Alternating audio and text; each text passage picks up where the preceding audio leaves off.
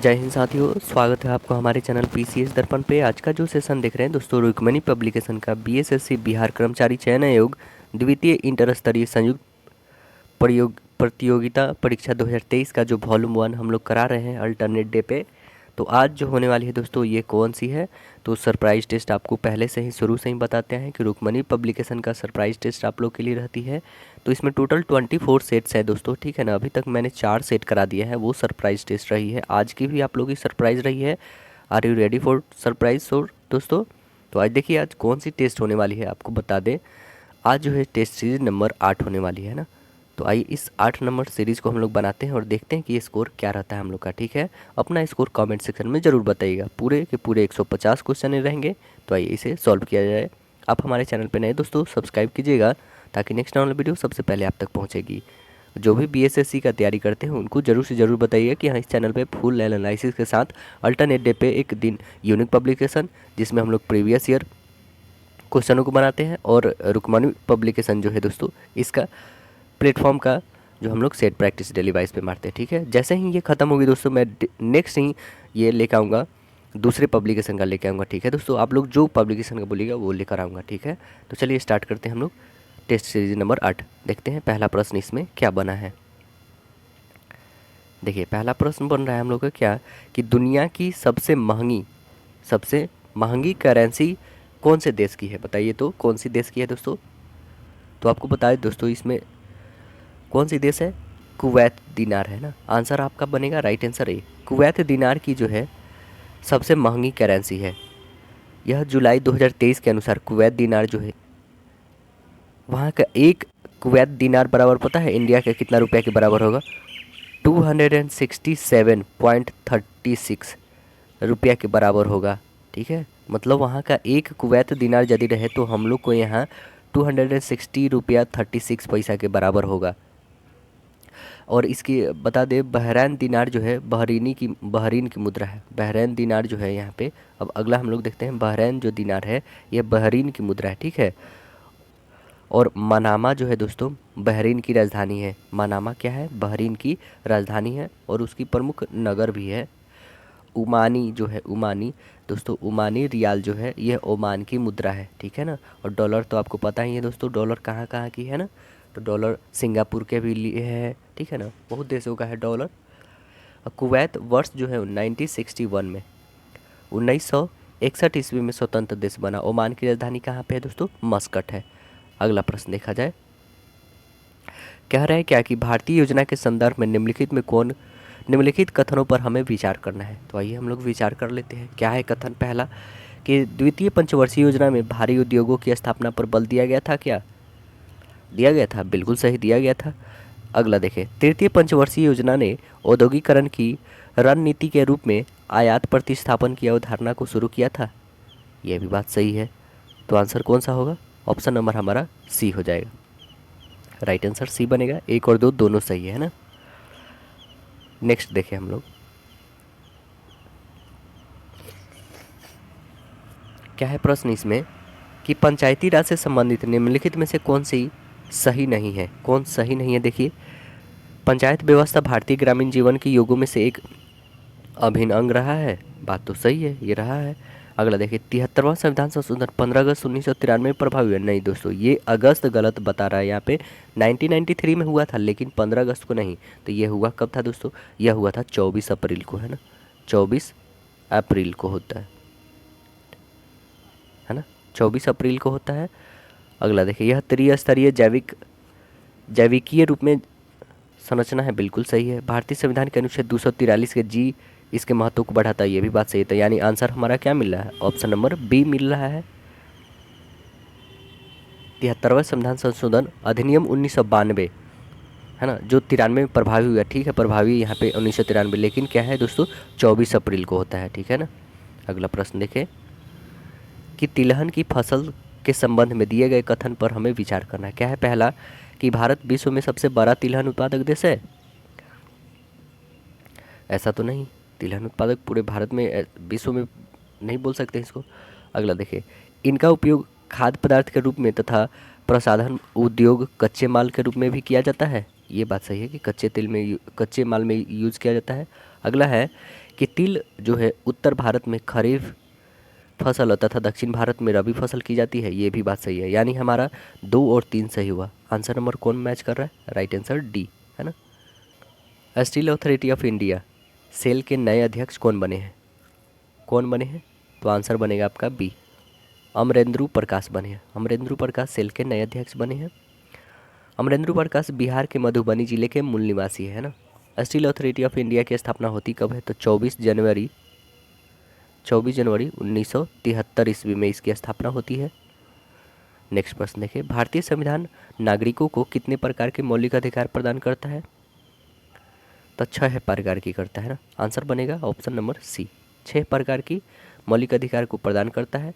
और बताइए दोस्तों कि मौलिक अधिकार जो है किस देश से लिया गया है? तो आपको बता दें हम दोस्तों, USA, संयुक्त राज्य अमेरिका से लिया गया है मौलिक अधिकार, ठीक है ना। मौलिक अधिकार का उल्लेख संविधान के किस भाग में किया गया है? तो भाग भी बता दें दोस्तों, भाग 3 में किया गया है। और किस अनुच्छेद से किस अनुच्छेद के बीच में है दोस्तों? तो अनुच्छेद 12 से लेके 35 के बीच में, ठीक है, ये भी याद रखें। और संविधान के भाग 3 को भारतीय नागरिक का अधिकार पत्र या मैग्ने कार्टा भी कहा जाता है, ठीक है ना। मूल अधिकार वर्तमान में 6 है, क्योंकि 44वें संविधान संशोधन अधिनियम 1978 के द्वारा संपत्ति के अधिकार जो है अनुच्छेद 31 को मौलिक अधिकार की सूची से हटाकर उसे कानूनी अधिकार बना दिया गया। कौन से आर्टिकल में चला गया है? अनुच्छेद 300 के क में चला गया है, ठीक है ना। संपत्ति के अधिकार जो था अब वो चला गया है 300 के क में, अब ये बन गया है कानूनी अधिकार। और अनुच्छेद 19F जो था 19F 19F जो संपत्ति के स्वतंत्रता से संबंधित था उसे अब मौलिक अधिकार से हटा दिया गया है, ठीक है। अगला प्रश्न देखिए अगला प्रश्न बन रहा है हम लोग का कि किस भारतीय जलप्रपात में राजा रानी, रॉकेट और रोरर नामक 4 अलग अलग झरने हैं? कहाँ पे है? तो आंसर बनेगा आपका राइट आंसर डी, जोग में पड़ता है दोस्तों, ठीक है। जोग जलप्रपात के अंतर्गत ये सब आते हैं। यह भारत का सबसे ऊंचा झरना है।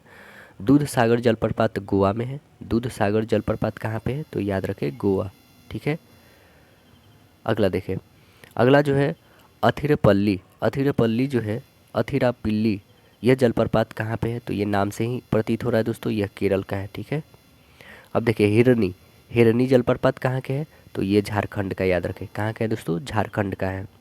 और जोग जलप्रपात तो ये तो कर्नाटक का है, कर्नाटक का है जोग जलप्रपात।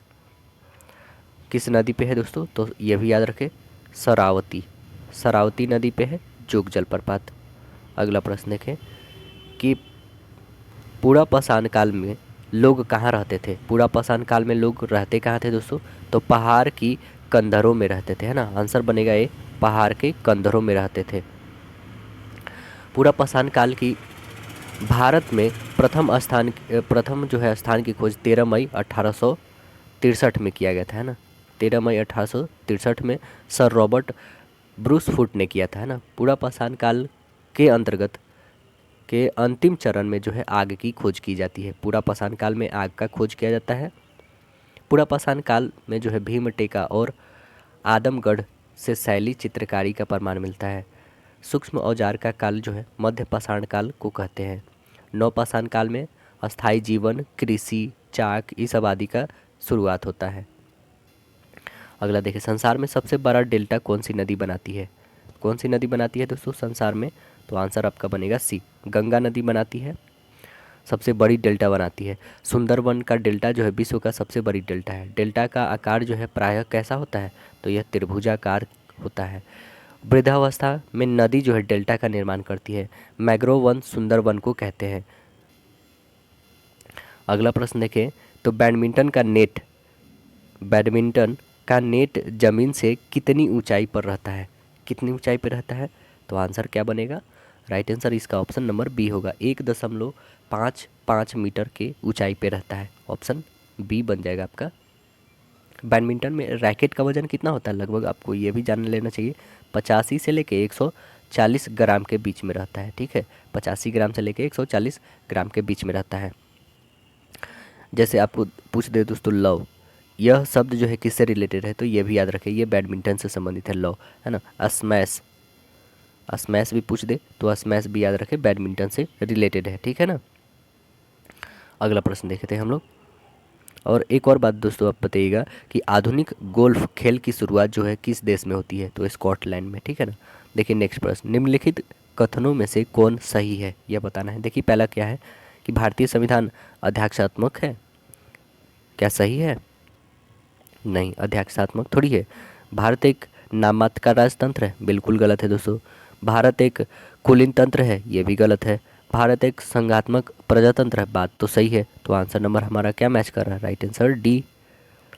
अगला प्रश्न देखें, क्योंकि संघीय जो प्रणाली का जनक किस देश को कहते हैं? ब्रिटेन को कहते हैं ना।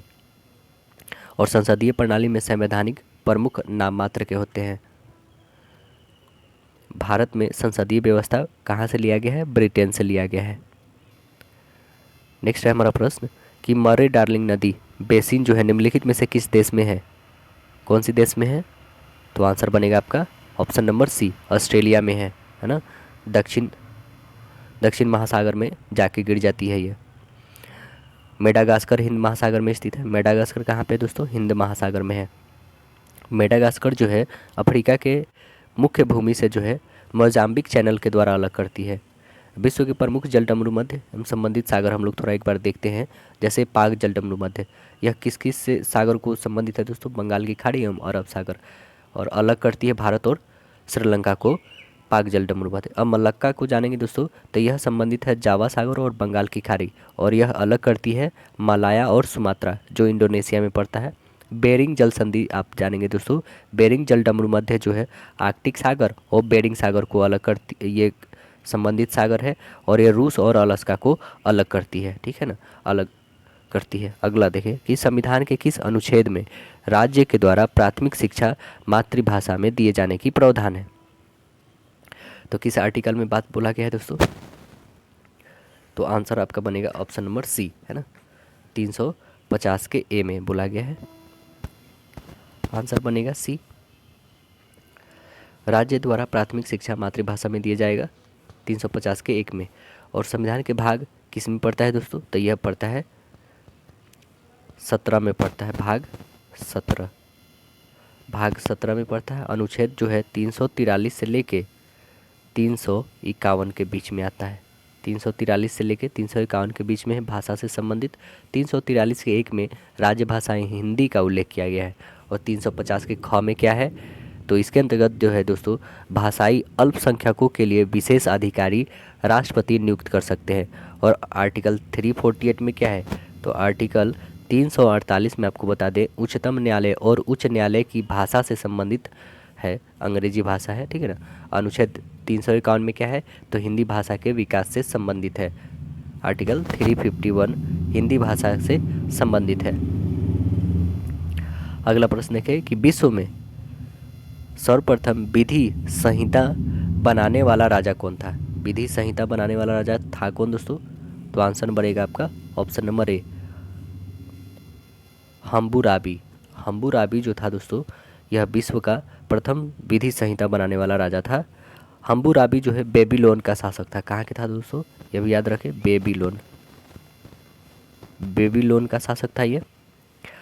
हम्बुराबी संहिता में जैसे का तैसा दंड का प्रावधान था, है ना। भारत का प्रथम विधिवेता किसको मानते हैं हम लोग? मनु को मानते हैं, ठीक है। मनु स्मृति भी लिखे हैं मनु। मनु जो है सुंग वंश के शासक पुष्यमुत्सुंग के दरबार में रहते थे। हिंदू की प्रथम विधि जो है मतलब विधान की पुस्तक मनु स्मृति को हम लोग मानते हैं, जो मनु के द्वारा लिखा गया है। अगला प्रश्न देखें, निम्नलिखित में से कौन से राष्ट्रपति लगातार 2 कार्यकाल के लिए राष्ट्रपति का पद बने रहे? तो अभी तक कौन रहे हैं दोस्तों? तो बस यही रहे हमारे जो प्रथम राष्ट्रपति रहे थे। आंसर बनेगा आपका सी, डॉक्टर राजेंद्र प्रसाद जी। डॉक्टर राजेंद्र प्रसाद प्रथम बार संविधान सभा 24 जनवरी 1950 को राष्ट्रपति चुने जाते हैं, 24 जनवरी 1950 को। भारत के प्रथम उपराष्ट्रपति डॉक्टर एस राधाकृष्णन जी चुने गए थे, जो लगातार 2 कार्यकाल के लिए उपराष्ट्रपति भी बने रहे। डॉक्टर एस राधाकृष्णन के ऐसे प्रथम उपराष्ट्रपति हैं जो राष्ट्रपति पद पर भी आसीन हुए थे, है ना। उपराष्ट्रपति तो ये 2 बार बने ही थे, उसके बाद जो ये राष्ट्रपति भी बने थे। भारत के दूसरे राष्ट्रपति एस राधाकृष्णन थे। 5 सितंबर को शिक्षक दिवस इन्हीं के जन्म दिवस पे मनाते हैं हम लोग, डॉक्टर एस राधाकृष्णन के जन्म दिवस पे। अगला देखें, गुलाबों की लड़ाई। गुलाबों की लड़ाई कहाँ पे हुई थी दोस्तों? तो यह होती है इंग्लैंड में। आंसर बनेगा सी, इंग्लैंड में हुई थी।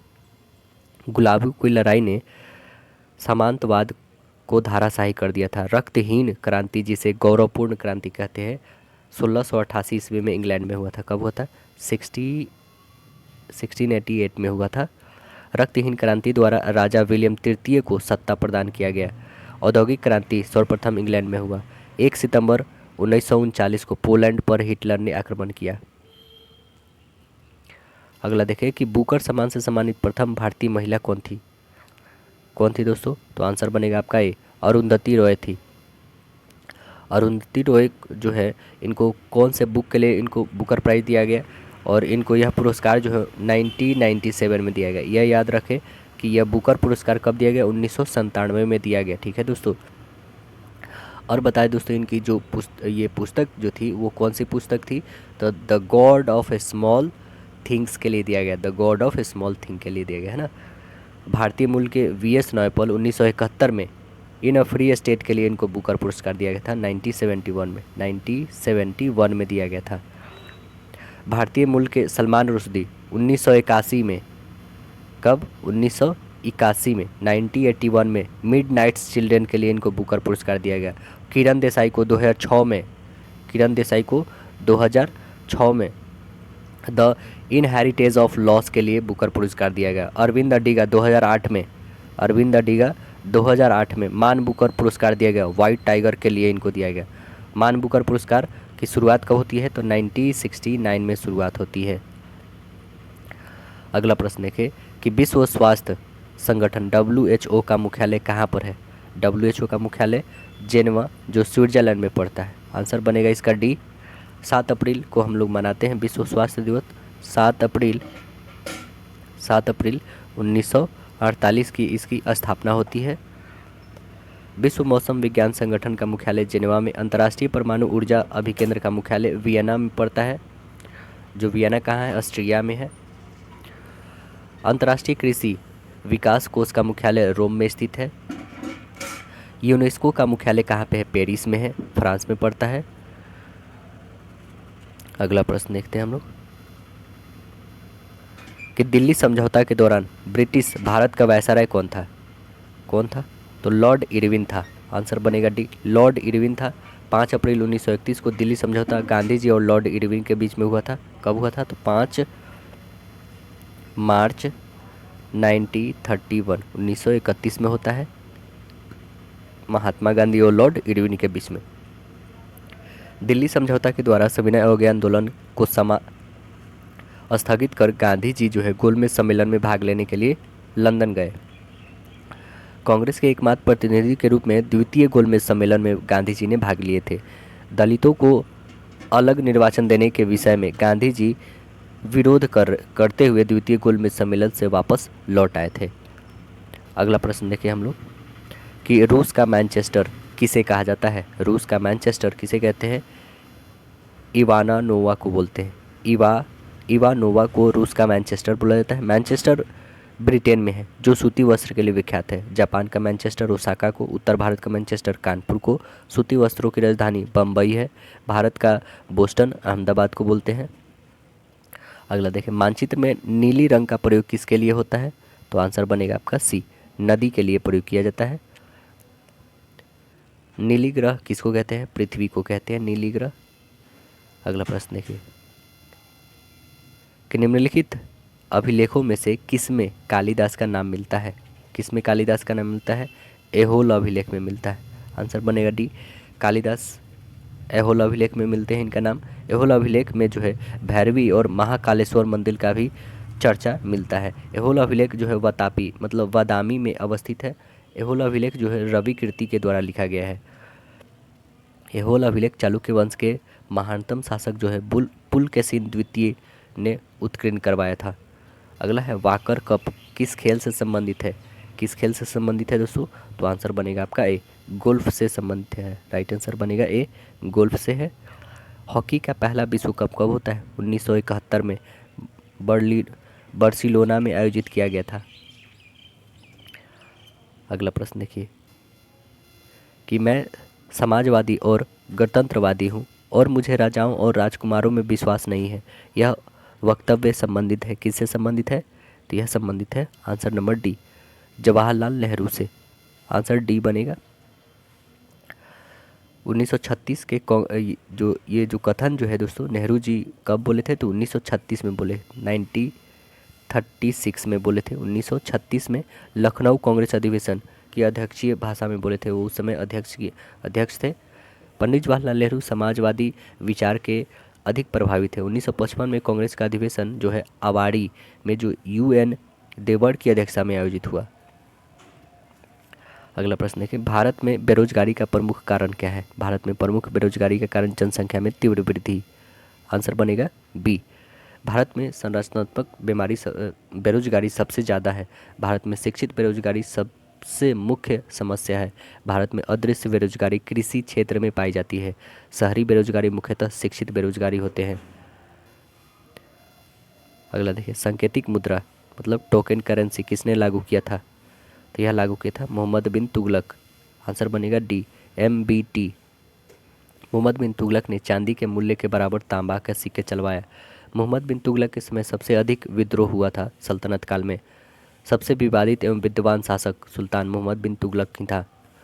मोहम्मद बिन तुगलक सबसे अधिक क्षेत्रफल पर शासन करने वाला सुल्तान था सल्तनत काल में। दीवान कोही मतलब कृषि विभाग को कहते हैं उस समय में, की स्थापना मोहम्मद बिन तुगलक ही ने किया था, दीवान कोही। अगला देखिए, बाजार नियंत्रण नीति पहले बार किसने अपनाया था? पहली बार कौन अपनाया था? तो आंसर बनेगा आपका सी, अलाउद्दीन खिलजी अपनाया था ना। आंसर बनेगा सी, अलाउद्दीन खिलजी। मलिक याकूब और मालिक काबिल ने सुल्तान को बाजार नियंत्रण में सहयोग किया था। बाजार नियंत्रण व्यवस्था का मुख्य उद्देश्य अपने साम्राज्य को नियंत्रित बनाए रखना तथा मंगोल आक्रमण से सुरक्षा प्रदान करने के लिए केंद्र में शक्तिशाली सेना रखना था। अलाउद्दीन के समय सबसे भीषणतम जो है मंगोल आक्रमण हुआ। अलाउद्दीन खिलजी प्रथम मुस्लिम शासक था जिसने धर्म को राजनीतिक से अलग कर दिया था। अगला है, निम्नलिखित में से कौन सा क्षेत्र जो है टोडा जनजाति का मूल निवासी था? तो नीलगिरी मूल निवासी है, नीलगिरी पहाड़ियाँ हैं। आंसर बनेगा डी। नीलगिरी की पहाड़ी कहाँ पे है? तो तमिलनाडु में है। आंसर बनेगा क्या? तमिलनाडु में है नीलगिरी की पहाड़ी। और इसकी सबसे ऊंची चोटी क्या है दोस्तों? दोदा बेटा है। क्या है? दोदा बेटा है। कितनी है? 2637 मीटर है। टोडा जनजाति का मुख्य व्यवसाय क्या है? पशुपालन। गारो और खासी जनजातियाँ मेघालय में मिलती है। 2011 के अनुसार अनुसूचित जनजातियों की जनसंख्या भारत में कितना है? 8.6% है। अगला प्रश्न हमारा क्या है कि हिंदी साहित्य का स्वर्ण युग किसके शासनकाल में हुआ था? किसके शासनकाल में हुआ? तो आंसर बनेगा ये, अकबर के शासनकाल में हिंदी स्वर्ण युग हुआ। अकबर ने अनुवाद विभाग की स्थापना किया था। अकबर के समय जो है महाभारत का अनुवाद रजनामा के नाम से किया गया। बदायूनी जो थे ये रामायण को फारसी में अनुवाद किए थे। अगला प्रश्न देखिए, बिहार की कुल जनसंख्या का कितना प्रतिशत भाग जो है कृषि पर आश्रित है? कितना प्रतिशत जो है जनसंख्या कृषि पर आधारित है? तो आंसर बनेगा आपका बी, 77% जो है बिहार की जनसंख्या कृषि पर आधारित है। बिहार में कृषि के पिछड़ेपन को दूर करने के लिए बिहार सरकार ने तृतीय कृषि रोड मैप 2017 से 22 के लिए तैयार किया है। तत्कालिक राष्ट्रपति जो उस समय जो थे, अभी वर्तमान में तो कौन है दोस्तों, आपको पता ही है, द्रौपदी मुर्मू है। ये पूर्व जो राष्ट्रपति हमारे थे, तृतीय कृषि रोड मैप का उद्घाटन किए थे बिहार में। और बिहार में चौथा कृषि रोड मैप जो है 1 अप्रैल 2023 को लागू हुआ, जो 31 मार्च 2028 तक के लिए तैयार किया गया है। 2028 तक चलेगा। भारत में केवल 11.29% आबादी शहर में निवास करती है। जनगणना 2011 के अनुसार बता रहे हैं। निम्नलिखित में से किस एक्ट के द्वारा भारत के वायसराय को अध्यादेश जारी करने की शक्ति प्रदान करती है? कौन से एक्ट के द्वारा? तो आंसर बनेगा बी, इंडियन काउंसिल एक्ट 1861 के द्वारा। राइट आंसर बी बनेगा यहाँ पे, इंडियन काउंसिल एक्ट 1861। वायसराय संकट के समय बिना विधायिका परिषद की अनुमति के ही अध्यादेश जारी कर सकता है, जो 6 माह के लिए वैध होता था। और 1853 के चार्टर अंतर्गत, जो 1854 में 6 सदस्यीय विधायिका परिषद बनाया गया था। इंडियन काउंसिल एक्ट 1861 द्वारा प्रांतों में विधान परिषदों की स्थापना किया गया था। और 1833 में क्या था? तो चार्टर एक्ट 1833 अधिनियम के द्वारा भारत ने कंपनी का व्यवसाय पूरी तरह से समाप्त कर दिया, पूरी तरह से समाप्त कर दिया गया तथा चीन के प्रथम व्यापार को भी समाप्त कर दिया गया। इंडियन काउंसिल 1892 में, इंडियन काउंसिल एक्ट 1892 द्वारा भारत में पहली बार अप्रत्यक्ष निर्वाचन प्रणाली अपनाई गई थी। और इंडियन काउंसिल एक्ट 1909 के द्वारा मुसलमानों के लिए पृथक प्रतिनिधित्व तथा मतदान की व्यवस्था किया गया। अंग्रेजी ईस्ट इंडिया कंपनी को भारत व्यापार करने का चार्टर किसने प्रदान किया था? व्यापार करने का चार्टर किसने प्रदान किया था? तो आंसर बनेगा आपका राइट आंसर बी। कौन प्रदान किया था? महारानी एलिजाबेथ प्रथम की थी। राइट आंसर होगा बी यहाँ पे, महारानी एलिजाबेथ प्रथम ने इनको भारत में व्यापार करने का चार्टर प्रदान की थी ईस्ट इंडिया कंपनी को। 31 दिसंबर 1600 ईस्वी को एलिजाबेथ प्रथम जो है 15 वर्षों के लिए पूर्व व्यापार करने का अधिकार प्रदान करती है। शुरुआती में ईस्ट इंडिया कंपनी जो है 217 साझेदार थे। ठीक है, ईस्ट इंडिया कंपनी के प्रथम गवर्नर जॉन स्मिथ था। ईस्ट इंडिया कंपनी का स्वतंत्र प्रथम गवर्नर जो है वॉरेन हेस्टिंग्स था। बिना किसी अतिरिक्त प्रभार के भारत के प्रथम गवर्नर जनरल विलियम बेंटिंग था। अगला देखें, म्यांमार कब आज़ाद हुआ था? यह कब आज़ाद हुआ था? तो 4 जनवरी 1948 को।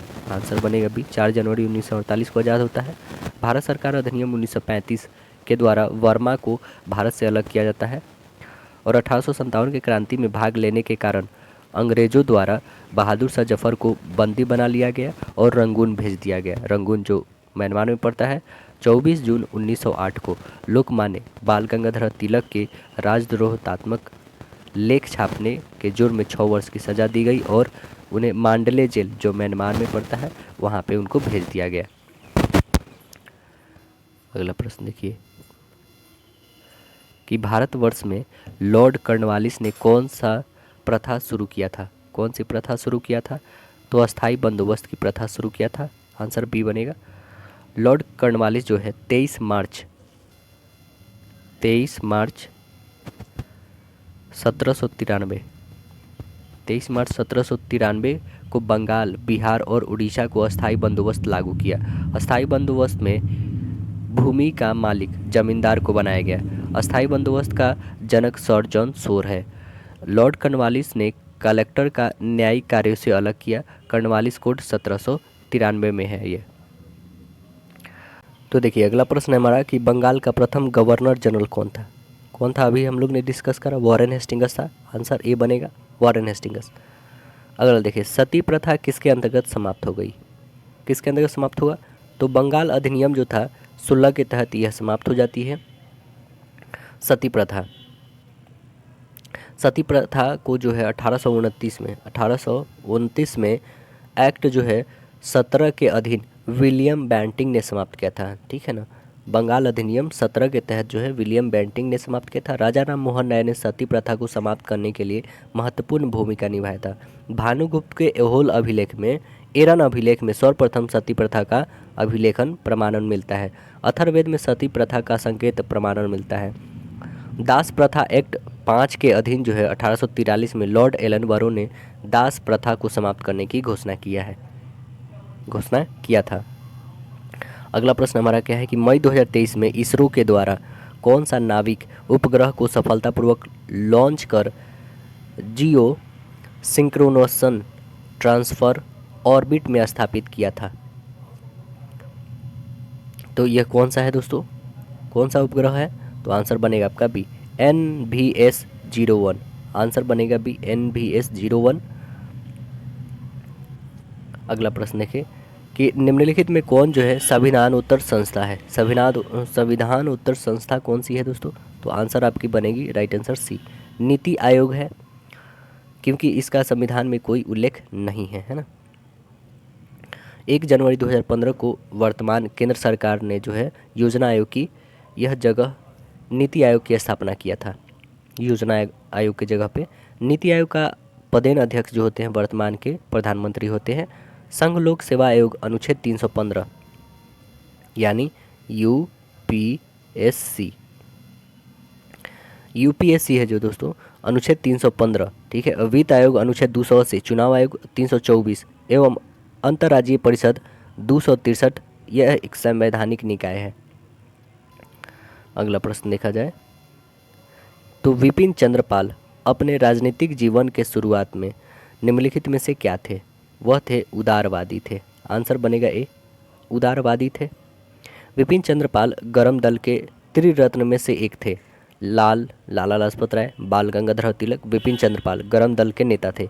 लाल बाल पाल क्रमशः पंजाब, महाराष्ट्र एवं बंगाल क्षेत्र से संबंधित थे। अखिल भारतीय स्तर के प्रथम नेता बाल गंगाधर तिलक को माना गया है। तिलक जो है बाल गंगाधर तिलक की मृत्यु जो होती है 1 अगस्त 1920 को हो जाती है। अगला है सितंबर 2023 में भारत को 65वां रमन मैग्सेसे पुरस्कार 2023 से किसे सम्मानित किया गया है? आर रवि कन्नन को सम्मानित किया गया है। आंसर बनेगा सी, आर रवि कन्नन 65वां रमन पुरस्कार विजेता बने हैं। अगला प्रश्न देखिए तो 95वें अकादमी पुरस्कार में किस भारतीय फिल्म ने सर्वश्रेष्ठ विचरित्र लघु फिल्म श्रेणी में ऑस्कर पुरस्कार 2023 जीता है? तो यह कौन है दोस्तों? The elephant whispers. आंसर बनेगा सी। यह अवार्ड जो है एस राजामौली की फिल्म RR 95 ऑस्कर अवार्ड में बता दें दोस्तों, एस राजामौली की फिल्म जो है RR के गाने नाटू नाटू को बेस्ट ओरिजिनल सॉन्ग कैटेगरी में ऑस्कर अवार्ड मिला है तथा भारत के documentary film the elephant whispers ने सर्वश्रेष्ठ डॉक्यूमेंट्री शॉर्ट फिल्म के लिए ऑस्कर पुरस्कार जीता है। अगला देखिए इंडियन एसोसिएशन की स्थापना किसने किया था? कौन किए थे? तो सुरेंद्र नाथ बनर्जी किए थे। राइट आंसर बनेगा डी, सुरेंद्र नाथ बनर्जी। इसकी स्थापना सुरेंद्र नाथ बनर्जी ने आनंद मोहन बोस के साथ मिलकर किए। कब? 1876 में, 1876 में कलकत्ता में किए थे। इंडिया नामक पत्रिका जो है दादा भाई नौरोजी ने किया, इंडिया नामक। और इंडिया लीग की स्थापना शिशिर कुमार घोष किए थे 1875 में। उदारवादी कांग्रेस संघ की स्थापना 1919 में SN बनर्जी ने किया था। बंगाली के संपादक का कार्य जो है SN बनर्जी ने किया। SN बनर्जी और ICS परीक्षा में सफल पाए थे। इंडिया हाउस की स्थापना श्यामकृष्ण वर्मा जी ने किया था। अगला प्रश्न हमारा है कि निम्नलिखित देशों के मुद्राओं के संदर्भ में गलत विकल्प को हमें चुनना है। गलत विकल्प तो आपका आंसर बनेगा सी, ग्रेट ब्रिटेन यूरो। आंसर यहाँ पे सी हो जाएगा। देखिए यूरो वर्तमान में 20 देशों की मुद्रा है, ठीक है दोस्तों। यूरो मुद्रा अपनाने वाला 20वां देश कौन है? क्रोएशिया है। 1 जनवरी 2023 को आधिकारिक रूप से अपनाया है। 31 जनवरी 2020 को ब्रिटेन जो है यूरोपीय संघ से अलग हो गया। इराक की मुद्रा क्या है? रियाल है। संयुक्त अरब अमीरात की क्या है? दिरहम है। और बता दें आपको दोस्तों, ये ग्रेट ब्रिटेन का जो है यूरो नहीं है बल्कि वहाँ का पाउंड है, ठीक है ना। ग्रेट ब्रिटेन की मुद्रा जो है क्या है? पाउंड है, यूरो नहीं। अगला देखिए जून 2023 को भुवनेश्वर के कलिंग स्टेडियम में भारतीय फुटबॉल टीम ने किस देश को हराकर इंटरकॉन्टिनेंटल फुटबॉल कप जीत लिया है? तो किस देश को हराकर दोस्तों? लेबनान को हराकर। आंसर बनेगा ए, लेबनान को हराकर जीता है यह इंटरकॉन्टिनेंटल फुटबॉल टूर्नामेंट। सितंबर 2023 को जो भूटान के थिम्पू में जो है दक्षिण एशियाई फुटबॉल महासंघ फुटबॉल चैंपियनशिप 2023 में जो भारतीय अंडर-16 फुटबॉल टीम ने बांग्लादेश को हराकर यह खिताब जीता है। और जून 2023 में उरुग्वे ने इटली को हराकर अंडर-20 फुटबॉल विश्व कप जीत लिया है। अगला है एतमाद-उद-दौला का मकबरा किससे संबंधित है? एतमाद-उद-दौला का मकबरा जो है यह किससे संबंधित है दोस्तों? तो आंसर क्या बनेगा? राइट आंसर आपका बनेगा ऑप्शन नंबर डी, जहांगीर से, है ना। राइट आंसर क्या होगा? जहांगीर से होगा। एतमाद-उद-दौला का मकबरा जहांगीर के काल में बनवाया गया। एतमाद-उद-दौला जो है नूरजहां के पिता को दी गई उपाधि है। नूरजहां जो है 1627 में अपने पिता की मृत्यु पर जो है आगरा में इत्माद-उद-दौला का मकबरा बनवाया। यह मकबरा पूरी तरह मुगल काल में सफ़ेद मार्बल का बना यह प्रथम मकबरा है। नूरजहाँ के पिता का नाम क्या था? ग्यास बेग था। माता का नाम अस्मत बेगम था। अगला है to a hunger free world. To a hunger free world पुस्तक के लेखक कौन है? इसके लेखक है M S Swaminathan. M S Swaminathan जो है एम एस स्वामीनाथन हरित क्रांति के जनक कहे जाते हैं हमारे देश के। देखिए, सैमुअल हर्स के द्वारा प्राइस ऑफ पावर पुस्तक लिखी गई है। सैमुअल हर्स के द्वारा कौन सी पुस्तक लिखा गया है? तो प्राइस ऑफ पावर पुस्तक लिखा गया है। The struggle in my life, यह किसके द्वारा लिखा गया? नेल्सन मंडेला के द्वारा लिखा गया है। अगला प्रश्न देखिए कि भारत के महान ज्योतिचार्य आर्यभट्ट का बिहार के किस नगर से गहरा संबंध था? इनका संबंध जो था पाटलिपुत्रा से था। आंसर बनेगा बी, पाटलिपुत्रा। आर्यभट्ट का जन्म जो होता है 476 ईस्वी में होता है। आर्यभट्ट जो है सूर्य सिद्धांतिका मतलब आर्यभट्टियम पुस्तक लिखे। दशमलव प्रणाली एवं शून्य का आविष्कार आर्यभट्ट का देन है। पाई का मान आर्यभट्ट ने दिया। आर्यभट्ट के नाम पर 1975 में भारत सरकार ने प्रथम कृत्रिम उपग्रह को नाम रखा था और यूएसएसआर की मदद से भेजा था। हिटलर के किस देश पर आक्रमण के फलस्वरूप द्वितीय विश्व युद्ध शुरू हो गया था? तो यह किया था पोलैंड पे आक्रमण। आंसर बनेगा सी। हिटलर ने 1 सितंबर 1939 को पोलैंड पे आक्रमण कर दिया। 3 दिसंबर को फ्रांस एवं ब्रिटेन ने युद्ध की घोषणा कर दी जर्मनी के विरुद्ध। इस प्रकार जो है द्वितीय विश्व युद्ध का शुरू हो गया, जिसके कारण 1945 में यह समापन हो जाता है और 6 अगस्त और 9 अगस्त 1945 को क्रमशः हिरोशिमा और नागासाकी पे परमाणु बम गिराया जाता है। अगला देखिए, अगस्त 2023 में लावारिस जमा का पता लगाने के लिए उद्गम पोर्टल को किसके द्वारा लॉन्च किया गया है? यह किसके द्वारा लॉन्च किया गया है? भारतीय रिजर्व बैंक के द्वारा, आरबीआई। आंसर बनेगा ए। अगला प्रश्न देखिए कि 23 अगस्त 2023 को किस भारतीय खिलाड़ी को भारतीय निर्वाचन आयोग के द्वारा राष्ट्रीय आइकन नियुक्त किया गया है? किसको नियुक्त किया गया है? तो आंसर बनेगा ऑप्शन ए, सचिन तेंदुलकर को। और इस बार किसको नियुक्त किया गया दोस्तों? भारतीय निर्वाचन आयोग के द्वारा राष्ट्रीय आइकन जो है राजकुमार राव को नियुक्त किया गया है ना, राजकुमार राव को। वो एक्टर हैं दोस्तों। यहाँ पे आंसर ए बनेगा, सचिन तेंदुलकर। इनको कौन नहीं जानता है? ये दोस्तों क्रिकेट प्लेयर है ना। अगला देखिए, शक्ति का विमेय सूत्र क्या है? तो शक्ति का विमेय सूत्र क्या है दोस्तों? आंसर क्या बनेगा बताइए इसका राइट आंसर? इसका राइट आंसर हो जाएगा ऑप्शन ए। अगला देखिए, बॉयल के नियम का सूत्र क्या होगा? बॉयल के नियम का सूत्र क्या है? तो आंसर इसका क्या बनेगा? Option number D. इसे तो याद ही रखना होगा आपको दोस्तों। अगला देखिए कि 60 मिलीग्राम प्रति लीटर से कम सांद्रता वाले डैश युक्त पानी को आमतौर पर सौम्य माना जाता है। क्या माना जाता है दोस्तों? कैल्शियम कार्बोनेट माना जाता है। आंसर बनेगा ए, कैल्शियम कार्बोनेट माना जाता है इसे। सरल लोलक की प्रभावी लंबाई के मापन में प्रतिशत त्रुटि 2% तथा आवर्तकाल के मापन में प्रतिशत त्रुटि 1%। तो स्मॉल जी का मान में अधिकतम प्रतिशत त्रुटि होगी कितनी प्रतिशत का होगा? तो आंसर बनेगा आपका ए, 4% का होगा। अगला हमारा कि चुंबकीय अनुनाद पर आधारित है। चुंबकीय अनुनाद पे क्या आधारित है? MRI scanning. आंसर बनेगा यहाँ पे डी, बी बनेगा। एमआरआई स्कैनिंग चुंबकीय अनुनाद पर आधारित है। एमआरआई द्वारा शरीर के अंगों का चित्र प्राप्त करने के लिए एक प्रबल चुंबकीय क्षेत्र तथा रेडियो तरंग का प्रयोग किया जाता है। इसे चुंबकीय अनुनाद टोमोग्राफी भी कहते हैं। सीटी स्कैन में एक्स किरणें का उपयोग किया जाता है। सीटी स्कैन में एक्स किरणें का प्रयोग किया जाता है। रेडियोथेरेपी में गामा विकिरण का प्रयोग किया जाता है। एंजियोग्राफी में एक्स किरण का उपयोग किया जाता है। अगला है अभिकेंद्र बल सदैव कार्य करता है। कहाँ पे कार्य करता है? तो यह केंद्र और त्रिज्या के अनुदिश पे काम करता है। तो आंसर बनेगा ए। अगला प्रश्न कि सही कथन बताना है आपको कि कौन सी है इसमें, है ना। तो सही कथन को आप छाटिए।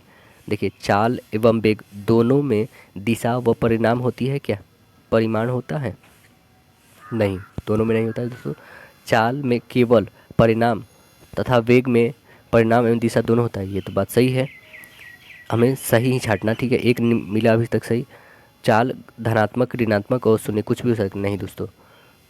वेग के परिणाम को चाल कहते हैं? नहीं। तो तो आंसर हमारा क्या बन गया, ऑप्शन नंबर बी बन गया। अगला देखिए, यदि प्रक्षेप्य के वेग को दुगुना कर दिया जाए तो उसका अधिकतम परास क्या हो जाएगा, उसका अधिकतम परास जो होगा वह 4 गुना हो जाएगा ना। तो आंसर क्या बनेगा, ऑप्शन नंबर बी बनेगा हम लोग का। अगला प्रश्न देखिए कि निम्नलिखित में से किस बीमारी के लिए जो है ट्राईवैलेंट के स्थान पर वाईवैलेंट ORV देने की निर्णय भारत सरकार ने लिया है। तो आंसर बनेगा आपका डी, पोलियो। राइट आंसर होगा डी।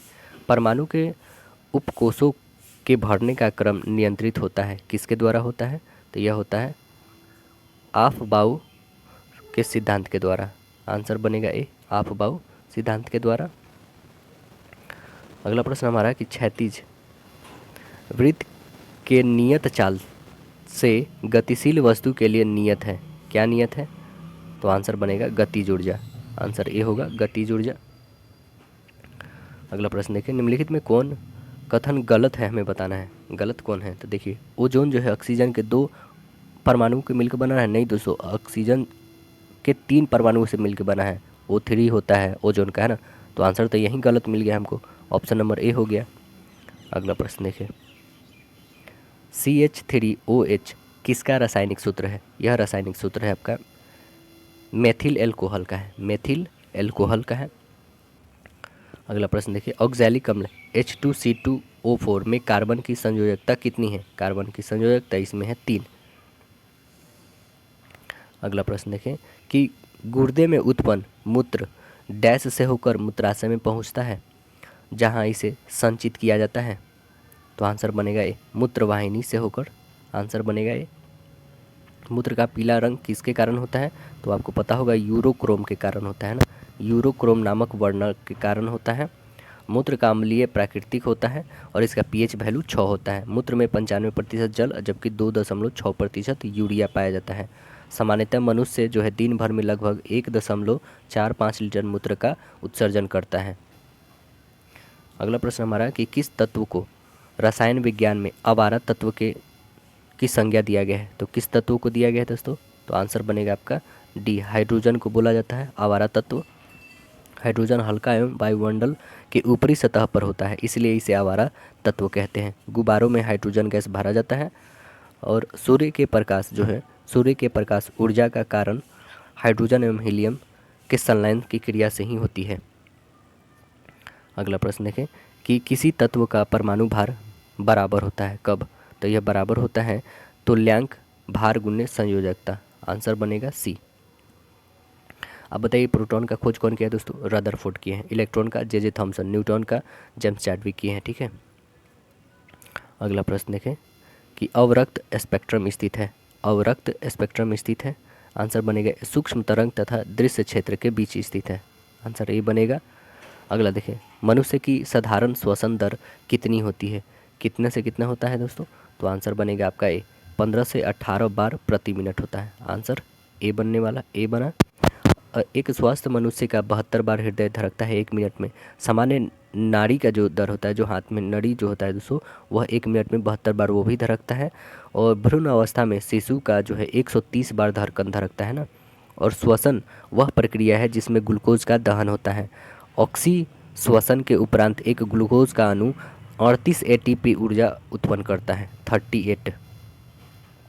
अगला प्रश्न देखिए कि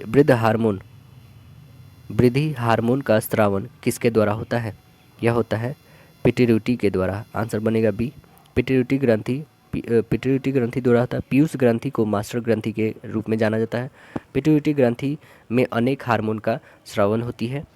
यह हार्मोन शरीर की वृद्धि, विशेषता हड्डियों की वृद्धि का नियंत्रण करती है। STH हार्मोन सोमैट्रोफिक हार्मोन्स के अधिक स्रावन से भी जो है भीमकाय एवं कम स्रावन से बौनेपन होता है। अगला प्रश्न देखिए, सही सुमेलित युग्म का जो है चयन हमें करना है। तो आइए देखते हैं इसमें कौन होने वाला है। क्योटो प्रोटोकॉल जलवीय परिवर्तन, आंसर यहाँ पे हमारा बी बनने वाला है। क्योटो प्रोटोकॉल परिवर्तन सही सुमेलित है यहाँ पे। मॉन्ट्रियल प्रोटोकॉल ओजोन परत की क्षरण करने वाली पदार्थ के बारे में संबंधित है। मॉन्ट्रियल ग्लोबल वार्मिंग है। और रामसर जो है, रामसर सभा, यह नम भूमि के संरक्षण के लिए है ना, नम भूमि के संरक्षण के लिए है, विश्व स्तरीय प्रयास है। और बेसेल सभा जो है, बेसेल संधि, यह खतरनाक अपशिष्ट पदार्थ के लिए है। अगला देखिए, लैंगर हैंस के द्वीप जो इंसुलिन का स्रावन करते हैं स्थित होते हैं मस्तिष्क में। आंसर बनेगा आपका राइट आंसर डी होगा यहाँ पे, अग्नाशय में स्थित होते हैं। ठीक है दोस्तों, बी नहीं होगा, आंसर यहाँ पे डी राइट आंसर होगा इसका, अग्नाशय में डी होगा। इंसुलिन लैंगरहैंस जो है द्वीपिका के जो बीटा कोशिका के द्वारा स्रावित होता है। इंसुलिन के अल्प मात्रा में स्रावन से मधुमेह नामक रोग हो सकता है। रुधिर में ग्लूकोज की मात्रा बढ़ाना मधुमेह कहलाता है। लैंगरहैंस की द्वीपिका में 3 प्रकार की कोशिकाएं पाई जाती है, अल्फा, बीटा और गामा। अल्फा हार्मोन स्रावन करता है ग्लूकोगान, और बीटा करता है इंसुलिन, और गामा करता है सोमेटोस्टेटिनी। अगला है कि किस हार्मोन के द्वारा हृदय स्पंदन तथा रुधिर दाब जो है बढ़ जाते हैं। तो आंसर बनेगा आपका बी, एड्रीनेलिन के द्वारा। आंसर बनेगा बी। अगला प्रश्न हमारा क्या है कि बीसीजी का टीका जो है नवजात शिशु को कितने दिन के भीतर लगाना चाहिए। कितने दिन के भीतर दोस्तों, तो आंसर बनेगा आपका आंसर नंबर ए, 6 माह के अंदर में उसको लगा देना चाहिए। अगला प्रश्न देखिए, अगला प्रश्न है हमारा कि सबसे अधिक क्रियाशील हैलोजन कौन है। सबसे ज़्यादा क्रियाशील हैलोजन फ्लोरीन है। आंसर डी बनेगा। फ्लोरीन एक विद्युत ऋणात्मक सबसे अधिक होती है, और निष्क्रिय गैसों का गलनांक निम्न होता है, और यह वर्ग 4 के ए तत्व का गलनांक उच्चतम होता है। सबसे अधिक इलेक्ट्रॉन बंधुता क्लोरीन की होती है।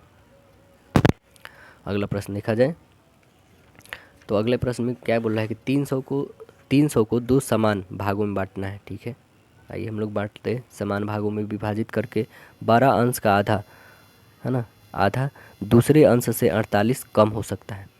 भाई इसको हम लोग बना के देखते हैं कितना कम हो सकता है इसका। चलिए इधर हम लोग सॉल्व करते हैं इसको। देखिए मानते हैं हम लोग अभिष्ट भाग जो है x और y है, तब हम लोग क्या बोलेंगे कि x प्लस वाई इक्वल कितना है हमारा 300 है। ये दोनों को ऐड करने पे 300 आ रहा है। ठीक है, यहाँ पे x मतलब बड़ा है दिखाना है, ठीक है ना, ये इक्वेशन है, x बड़ा है, तब हमारा क्या होगा कि x/2 इक्वल y माइनस 48, यही ना हो रहा है अकॉर्डिंग टू प्रश्न। अब देखेंगे क्या कि हम लोग x/2, तो इसे हम लोग निकालते हैं x माइनस 2y इक्वल 96 हो जाएगा, वो भी नहीं तो माइनस में आएगा। ठीक है, चलिए अब जो आगे इक्वेशन करते हैं हम लोग, समीकरण 1 को 2 से घटा लेते हैं। ये 2 हमारा इक्वेशन होगा, इसको इससे घटाइए आप। तो समीकरण 1 को 2 से घटाइएगा तो आपके क्या निकलेंगे, 3y इक्वल निकलेगा 396। अब इसे काटिए 3 से, तो y की वैल्यू आ जाएगी 132, 132 हमारा y का वैल्यू आ गया। तो x का वैल्यू कितना आ गया 168 है ना। तो आपके पास y और x की वैल्यू आ गई है। तो आइए हम लोग दिखाते हैं कितना 132, 168 और 132, क्योंकि x पहले हम लोग ने लिखा। ठीक है, क्योंकि x बड़ा भी है, 168 और 132, 168 और 132। तो ऑप्शन नंबर कौन सी मैच कर रही है, ऑप्शन नंबर हमारा बी मैच कर रहा है। अगला देखें, कह रहा 28 रुपया 50 पैसे प्रति केजी के 11 केजी चाय को 22 रुपये प्रति केजी के 9 केजी चाय के साथ मिलाया जाए तो मिश्रित चाय का जो है प्रति केजी औसत मूल्य क्या होगा, हमें बताना है। तो पहले तो 28 गुने आप 11 करिए जो भी है, तो आपके पास आ रहा है कितना 313.5। ठीक है, और 22 गुने 9 करिए तो कितना आ जाएगा आपके पास, यह आ जाएगा 198, 198। अब कुल मूल्य जो होगा दोस्तों इसको ऐड कर लीजिए, तो कितना आ जाएगा आपके पास 511.5, कुल 511 आ गया। ठीक है, अब मिश्रित करने के बाद जो है कुल चाय कितना हो, 11 + 9 कितना हो जाएगा, ये 9 + 11 20 हो जाएगा। यह जो 20 जो है अब डिवाइड कर देंगे, कितना आया है 511.5 को डिवाइड करिए तो आपके पास आ जाएगा 25.58। आंसर नंबर बनेगा ऑप्शन नंबर बी। अगला प्रश्न देखिए, ए का वैल्यू दिया है, बी का दिया है, तो a² + 2ab + b² का हमें मान निकालना है। बहुत ही आसान क्वेश्चन है दोस्तों। यहाँ पे देखिए आपके पास ये फार्मूला आपको आता होगा कि हम क्या फार्मूला से यूज़ कर देंगे कि a + b का होल स्क्वायर, इसका होता है क्या है a² + b² + 2ab, यही ना होता है। ठीक है, या फिर यहाँ पे a + b का होल स्क्वायर ही डालना है ना। तो देखिए अब a तो आपको दिख ही रहा है, b दिख ही रहा है, तो डालिए इसके बदले हम लोग ये लिख लिया, ठीक है, ये छोड़िए अब, क्योंकि A square plus B square plus 2ab के बदले हम लोग ए प्लस बी का होल स्क्वायर लिख सकते हैं। 1 + 9 + 2.1 की होल स्क्वायर, इस दोनों को ऐड करिए, तो दोनों को ऐड कर देंगे तो कितना आ जाएगा 4, 4 का होल स्क्वायर करिए, यानी आंसर आ जाएगा 16। आंसर नंबर कौन सी बनेगी, सी नंबर। अगला देखिए x - y का 50% बराबर x + y का 30%, तो y x का कितना प्रतिशत है हमें बताना है। बहुत ही सिंपल, देखिए ये 50% मतलब x - y का आधा, सीधे इक्वल में x + y बट्टे यहाँ पे आ जाएगा 3/10 होगा, क्योंकि 0 से 0 कैंसिल हो जाएगा। तो अब इसे काट सकते हैं हम लोग 2 से 5 टाइम्स में। अब क्रॉस मल्टीपल करिए इसको इससे और इसको इससे, तो देखिए यहाँ पे 3x + 3y इक्वल में हम लोग करेंगे तो 5x - 5y, यही ना आएगा। तो अब देखिए ये 5x है, ये 3x है, तो इधर लेके एक घटाते हैं, इसको इधर भेजते हैं, तो ये 5 और 3 8 हो जाएगा। 8y इधर आ गया और इधर कितना चला गया दोस्तों, 3 घट जाएगा तो 2x हो जाएगा। 2 से काट सकते हैं 4, यानी x इक्वल कितना आ गया 4y आ गया। तो हम लिख क्या सकते हैं दोस्तों, 4/1 = x/y, यानी x की वैल्यू 4 और y की वैल्यू 1 हम लोग यहाँ पे ले सकते हैं। तो यहाँ पे आपने देखा, ठीक है। अब जो है यहाँ पे हमें बताना है क्या है कि ये कितना परसेंट है। तो आप देख ही रहे ना, ये फोर्थ इससे एक्स्ट्रा है ना, यानी कितना परसेंट, 25%, 1/4 मतलब 25%। ऑप्शन नंबर तो डी सीधे हो जाएगा। वैसे देखिए यहाँ से इसके बाद कैसे बनाना है, आपके पास 1/4 जो आ गया, ठीक है। अब इसे हम लोग करेंगे क्या, 1/4 गुने 100, 4 से काटी 25 टाइम में कितना आ जाएगा 25, आंसर डी आ गया। अगला प्रश्न देखिए कि सुमित 1 घंटा में 5 किलोमीटर 5 मिनट की दूरी कितने देर में तय करेगा।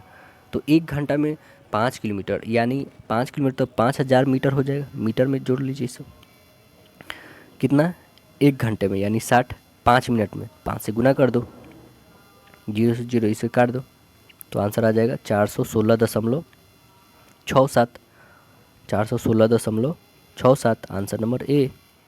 4 व्यक्ति 4 दिनों खाना के लिए 4 केजी चावल की आवश्यकता होती है। 20 व्यक्ति के लिए 20 केजी चावल कितना दिन चलेगा, m1d1/w।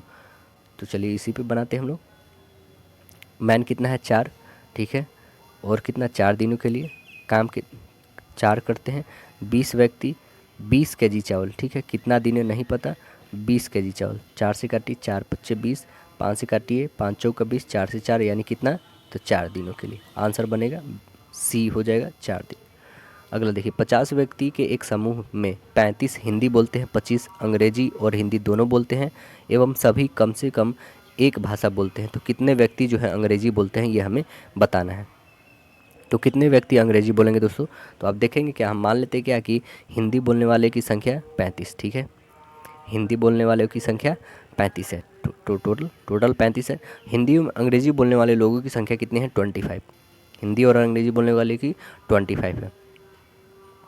तो यहाँ पे जो हमारे पास दिया है दोस्तों 50, टोटल को ऐड करते हैं हम लोग, तो 50 = 35 + x - 25, तो आपके पास x इक्वल कितने आ जाएंगे 40, यानी कितना होगा आंसर नंबर यहाँ पे, कितने व्यक्ति जो अंग्रेजी बोलते हैं, तो आंसर बनेगा यहाँ पे बी बनेगा दोस्तों, 40 व्यक्ति जो है यहाँ पे अंग्रेजी बोलते हैं ना।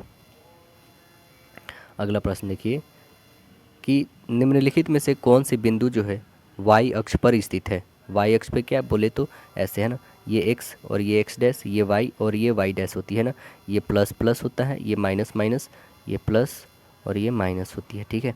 तो देखिए हमें जब y अक्ष पे जाना है तो 0 लेना होगा, x पहले x होता है तो 0, 0 से कौन सी स्टार्ट है, बस पहली, आंसर हो गई हमारा ऑप्शन नंबर ए। अगला देखें, इसे हमें सरलतम आकार देना है, तो इसको रेशनलाइज कर लीजिए, बहुत ही इजी में बन जाएगा दोस्तों। यहाँ पे पहले तो आप सब्ट्रैक्ट कर, यहाँ पे दिया है ऐड करने के लिए, फ्रैक्शन का ऐड है, तो इसका एलसीएम लेते हैं हम लोग दोनों को, तो एक हो जाएगा a - b और एक होगा a + b। तो आपको पता होगा कि a का होल स्क्वायर माइनस b के होल स्क्वायर के बराबर होता है, ये formula a + b × a - b। 5 में से 3 जाएगा तो यानी 2 आ जाएगा नीचे, और ऊपर तो जो ये दोनों दिख रहा है हमारा, इससे ये कटेगा, इससे ये, यानी ये आ जाएगा इसका होल स्क्वायर, प्लस में ये आ जाएगा इसका होल स्क्वायर, यानी a + b का whole square plus a - b का होल स्क्वायर। तो दोनों में से क्या कॉमन होगा, तो आप देख रहे हैं इधर, चलिए बना के देखते हैं हम लोग। एक है ए प्लस बी का होल स्क्वायर आ जाएगा, और प्लस में एक आ जाएगा ए माइनस बी का होल स्क्वायर आएगा, ठीक है। और नीचे में आपके पास 2 आ गया है। तो देखिए ए प्लस बी का होल स्क्वायर को हम लोग A square plus B square plus 2ab लिखते हैं ना, और यहाँ पे लिखेंगे A square plus B square minus 2ab, यानी minus 2ab minus plus 2ab को काट देंगे तो हमारे पास 2ab 2a स्क्वायर और प्लस 2b स्क्वायर, और बाई में बचेगा 2। यहाँ से 2 कॉमन करेंगे तो A square plus B square by 2, 2 से 2 कैंसिल, तो A square plus B square हमारा आंसर बचेगा इसमें। तो ए स्क्वायर की वैल्यू क्या दी हुई है, तो ए स्क्वायर की वैल्यू कितनी है, √5, इसकी होल स्क्वायर प्लस रूट 3 के होल स्क्वायर, दोनों को ऐड करते हैं 5 + 3, यानी कितना जाएगा टोटल 8। तो आंसर बनेगा हमारा ऑप्शन नंबर। देखिए ऑप्शन नंबर कौन सा मैच कर रहा है हमारा, ऑप्शन बी 8 हो जाएगा यहाँ पे। अगला प्रश्न देखें हम लोग, इसका आंसर बन गया बी। निम्नलिखित में कौन जो है 0.032 और 0.2 के उत्पाद का वर्गमूल है। तो देखिए इस दोनों को मल्टीपल करना है, उसके बाद आपको वर्गमूल निकालना है। तो दोनों को मल्टीपल करिएगा तो 32 दूना 64 आता है। तो यहाँ पे 1 डेसिमल, यहाँ पे 3 यानी 4, ठीक है, यानी यहाँ पे आएगा, है ना। तो इसका क्या हो जाएगा दोस्तों, इसका हो जाएगा 0.08%, 0.08 आएगा इसका आंसर, ठीक है ना। इसका वर्गमूल निकालिएगा तो ऑप्शन नंबर ए बनेगा। अगला देखिए, एक चुनाव में 2 उम्मीदवार में से एक ने कुल वैध मत के जो है 55% मत प्राप्त किए तथा 20% मत जो है अवैध घोषित किया गया, ठीक है। यदि कुल मतों की संख्या 7500 है तो दोनों उम्मीदवारों ने कुल कितने वैध मत प्राप्त किए। तो आइए इसे बनाते हैं हम लोग, 7500 है, ठीक है। तो देखिए यहाँ पे होगा कि कुल मत जो है 7500 है, यह 7500 अवैध मत हम लोग फाइंड करेंगे तो कितना अवैध घोषित किया गया 20%, तो वैध कितना बचेगा 80% बट्टे 100, काटिए 2 जीरो से 2 जीरो, कितना गया 6000। ये 6000 हमारा क्या है, वैध मत है। अब निकालेंगे क्या एक उम्मीदवार को परे मत, कितना 55% पड़ता है उसको, तो ठीक है 6000 का 55% निकालते हैं, क्योंकि वैध मत ही तो वैध मत ही पड़ेगा। तो 2 जीरो से 2 जीरो कैंसिल करिए, यानी आपके पास कितना आ गया 3300। यह कितना आ गया 3300। तो 2 उम्मीदवारों को परे मत कितना हो गया 6000 में से आप 3300 घटा लेते हैं तो कितना आ जाएगा 2700। तो आंसर क्या बनेगा हमारा, ऑप्शन नंबर डी बन जाएगा, 2700 उनको वोट पड़ता है। अगला देखिए कि 2 साइकिल सवार एक ही समय में क्रमशः पटना और सिवान से एक दूसरे की ओर बढ़ रहे हैं। उनकी गति क्रमशः 8 किलोमीटर प्रति घंटा एवं 10 किलोमीटर प्रति घंटा है। यदि पटना और सिवान के बीच की दूरी 200 किलोमीटर है तो उनके मध्य जो है 7 घंटा के बाद कितनी दूरी होगी, ये हमें बताना है। तो कितनी दूरी बचेगी, तो देखिए हम कि यहाँ पे करेंगे क्या कि दोनों के द्वारा चली गई दूरी जो है कितना है 8 × 7 प्लस 10 × 7, यही किलोमीटर है ना। तो 7 8 56, 10 7 70, ऐड करिएगा तो कितना हो जाएगा 56 और 70 ऐड करिए तो आपके पास आएंगे 126 किलोमीटर। तो आंसर क्या बन रहा है, right answer option B 126 kilometre होगा। और 7 घंटे के बाद दोनों के मध्य की दूरी जो होगी कितनी हो जाएगी, तो 200 - 126 कितना 74 किलोमीटर। तो आंसर क्या बनेगा, राइट आंसर ऑप्शन सी होगा, 74 किलोमीटर होगा, ठीक है ना। ये 26 किलोमीटर नहीं होगा, आंसर बनेगा आपका सी। एक व्यक्ति ने एक वस्तु उसके मूल्य के 10% कम पर खरीदी तथा उसके मूल्य के 10% अधिक पर बेच दी, तो उससे व्यक्ति को क्या होता है, लाभ हानि या फिर कुछ नहीं। तो आंसर देखते हैं हम लोग। तो हम मानते हैं कि एक क्रय मूल्य 100 रुपया है, ठीक है। चलिए आइए क्रय मूल्य हम लोग 1 ले लेते हैं। तब क्रय मूल्य फाइंड करने के लिए 10% हमें क्या दे रहा है, पहले कम, तो 90/100, 0 से 0 कैंसिल, यानी 9x/10। अब हम देखते हैं विक्रय मूल्य यानी एसपी कितना हो जाएगा, x × 110, 10% प्रॉफिट पे देता है, × 100। इसे काटिए 1 0 से 1 0, यानी कितना हो जाएगा 11x/10। अब हमें होता क्या है लाभ, क्योंकि 11x पे बेचता है और 9x में भी खरीदता है, तो इसमें से घटाइए तो आपके पास बचेंगे 2x/10। ये लाभ हो गया, इसको काटिए तो ये आ गया 1/5 x मेरा लाभ। तो परसेंटेज लाभ निकालेंगे, x/5 मल्टीपल 10/9 x × 100, x से x कैंसिल, 5 से 2 टाइम्स में यानी कितना आ गया, 9 तो नीचे ही रह गया, 200/9 आ गया। ठीक है, अब इसे हम लोग 22 सही 2/9% में रख सकते हैं। तो आंसर देखिए क्या कौन सी ऑप्शन आ रही है, 22 सही 2/9, यानी हमें क्या हो रहा है, अस्पष्टता हम लोग बोल सकते हैं कि ये लगभग 20% के करीब में हमें लाभ हो रहा है। तो आंसर बनेगा ऑप्शन नंबर बी। 36 संतरे बेचने पर एक फल वाले को 4 संतरे के विक्रय मूल्य के बराबर हानि होती है, तो हानि प्रतिशत कितनी होगी हमें बताना है। तो 36 संतरे का जो क्रय मूल्य है वो 40 विक्रय मूल्य के बराबर है ना। तो यहाँ पे CP बराबर SP, यानी 40/36 रखेंगे। 40 में वो खरीद रहा है, बेच के ना 36 में, तो घाटा कितना का हो रहा है, 4 रुपये का। तो गुन्ने 100 बट्टे में क्या रखेंगे हम लोग, CP 40 है। काटिए 10 टाइम में, ये 10 से 10 यानी कितना परसेंट, 10% की उसे हानि हो रही है। आंसर बनेगा C। अगला देखें कि एक नौका 36 किलोमीटर धारा की दिशा में 3 घंटा जाती है, वापस आने में इसे 6 घंटा लगते हैं, तो स्थिर जल में नौका की क्या गति होगी ये हमें बताना है। तो ये क्या गति होगी देख लेते हैं इसकी।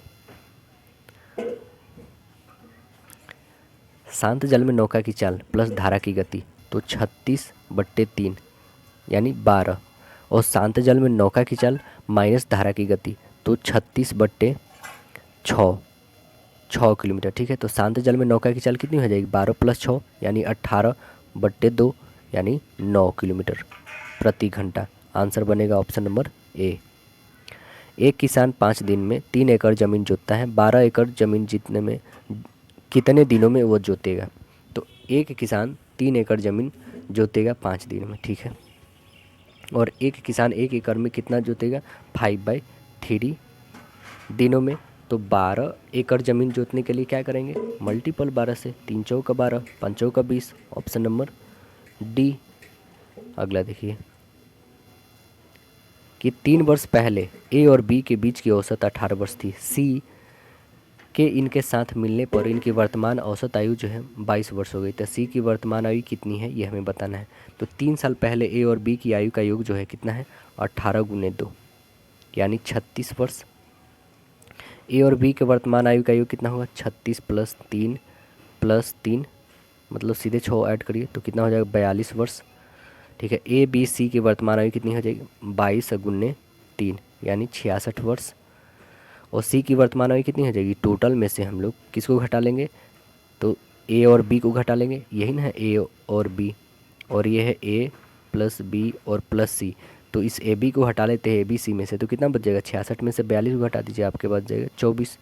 तो आंसर कितना आ गया, 24 वर्ष। राइट आंसर बन गया डी। देखिए वाई का हमें मान निकालना है यहाँ पे, देखिए आप चित्र से ही बता दीजिएगा कि आंसर क्या होगी यहाँ पे। तो देखिए यह जो होती है दोस्तों, आपको पता होगा कि ये जो होती है इसके बराबर होती है, क्यों, vertically opposites angles are equal होते हैं ना। आपने पढ़े होगा 9th क्लास में, ये इसके इक्वल, ये इसके इक्वल होता है। तो देखिए ये 5y है तो ये भी 5y होगा।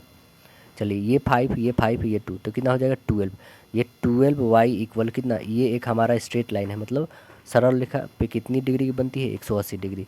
तो 12 से काटते हैं हम लोग 1 टाइम में, और 12×5 यानी y की वैल्यू कितनी आएगी, 15 डिग्री। ऑप्शन नंबर क्या आ गया हमारा, सी बन गया।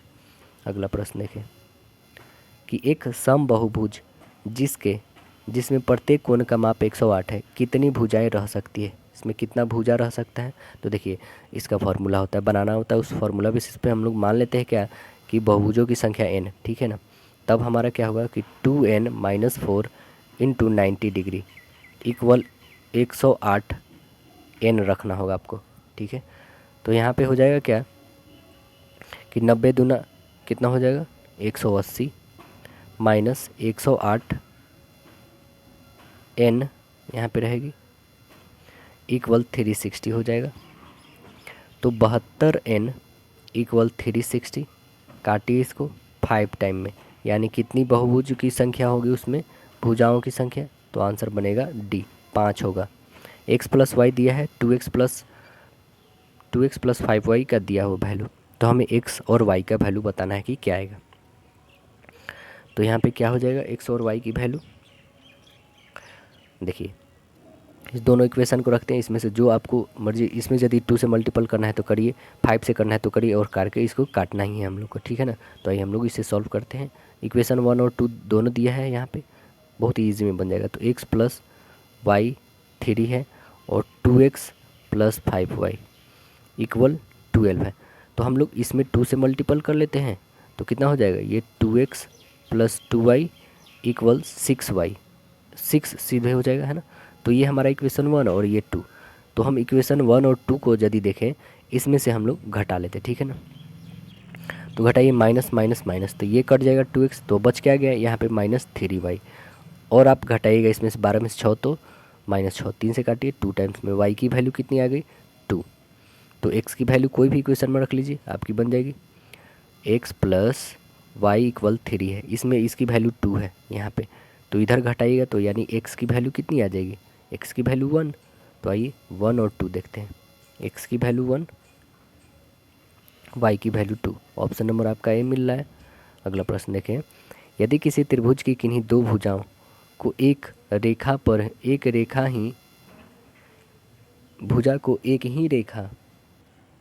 एक ही अनुपात में बांटती है, तो रेखा तीसरी भुजा के डैश होनी चाहिए। क्या होनी चाहिए, देखिए एक त्रिभुज की किन्हीं दो भुजा, यहाँ पे दो भुजा हैं, अनुपात में बांटती है बराबर, इसको भी बराबर इसको भी बराबर, तो ये तीसरी भुजा क्या होगी, इसके बराबर समानांतर होगी, तो आंसर क्या बनेगा, ऑप्शन नंबर सी। एक्स दिया हुआ वैल्यू यहाँ पे हमारा एक दिया हुआ है, इसका वैल्यू निकालना, तो x -1 है, तो यहाँ पे क्या हो जाएगा -8, ठीक है।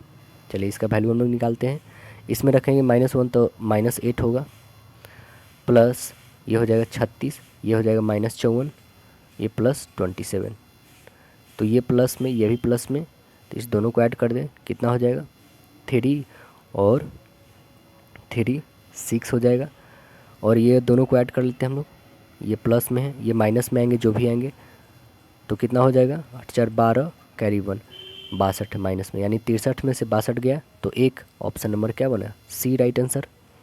अगला प्रश्न देखें, उस भिन्न को निकालिए जिसके द्वारा 35/42 को गुणित किया जाए ताकि गुणनफल का वर्गमूल 1 हो। तो मान लेते भिन्न x है, तो आइए इसको बना कर देख लेते हैं क्या आ रहा है इसका, x गुने 35/42,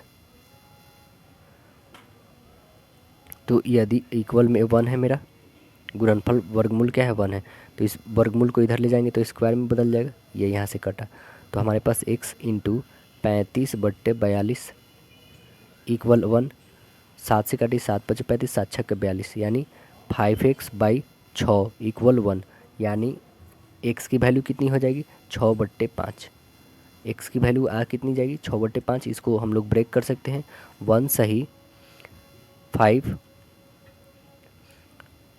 और 1, आंसर हमारे पास कौन से आ रही है 1 सही 1/5, आंसर नंबर ए मैच कर रही है। अगला प्रश्न देखें कि 4783 को मानक रूप में हमें लिखना है, तो मानक रूप क्या होता है, मानक रूप इसका यह होगा दोस्तों, देखिए इसमें कौन सी मानक रूप हो जाएगी, क्योंकि ये 4 संख्या है टोटल, तो यहाँ पे देखें ये वाली ऑप्शन क्यों होगी, सी, यहाँ पे x 10 की पावर 3 है, ठीक है, यानी 10 को 3 बार लिखा गया, ठीक है, यहाँ पे 10 को 3 बार लिखते हैं, पहले से एक बार लिखा है मैंने, 2 बार लिखा। अब इस डेसिमल को हटाइए और 3 जीरो नीचे लिखिए, 3 जीरो से 3 जीरो ये कैंसिल हो जाएगा, फिर से तो यही बच गया ना, तो इसलिए आंसर नंबर हमारा सी बनेगा। अगला क्या है कि जमाल के पास 5 मीटर लंबी 4 मीटर चौड़ी वाली भूमि का एक खंड है, सुनील के पास 4 मीटर लंबी वाली एक वर्गाकार भूखंड है, उनके खंडों का क्षेत्रफल का अंतर क्या होगा, हमें बताना होगा।